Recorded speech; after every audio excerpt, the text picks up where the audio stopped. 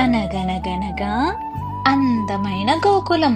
ఒకసారి చిన్ని కృష్ణయ్య యశోదమ్మతో ఇలా అడిగాడు, అమ్మా, ఇంద్రుణ్ణెందుకు పూజిస్తున్నాం? అప్పుడు యశోదమ్మ కృష్ణయ్యతో, వాన కురిపించేది ఇంద్రుడే, ఆయన కరుణ లేకుంటే పంటలు పండవు కదా అని అంది.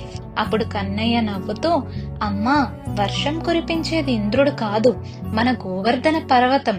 మన పశువులు, మన పొలాలు ఇవే మనకు జీవమిస్తాయి. కాబట్టి మనం పూజించాల్సింది గోవర్ధనగిరిని. అందరూ కన్నయ్య మాట విని ఆ సంవత్సరం ఇంద్రుణ్ణి పూజించకుండా గోవర్ధన పర్వతాన్ని పూజించారు. దానితో ఇంద్రునికి కోపం వచ్చి గోకులంపై కుండపోత వర్షం కురిపించాడు. గాలి, వర్షం, ఉరుములు, మెరుపులతో మొత్తం గ్రామం మునిగిపోబోతుంది. గోకులవాసులంతా భయపడ్డారు.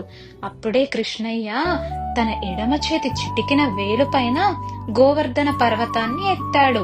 దాని కింద గోకులవాసులంతా తలదాచుకున్నారు. 7 రోజులు 7 రాత్రులు వర్షం కురిసినా అందరూ ఆ పర్వతం కింద సురక్షితంగా ఉన్నారు. అందుకే అందరూ కృష్ణయ్యని గోవర్ధన గిరిధారి అని అంటారు.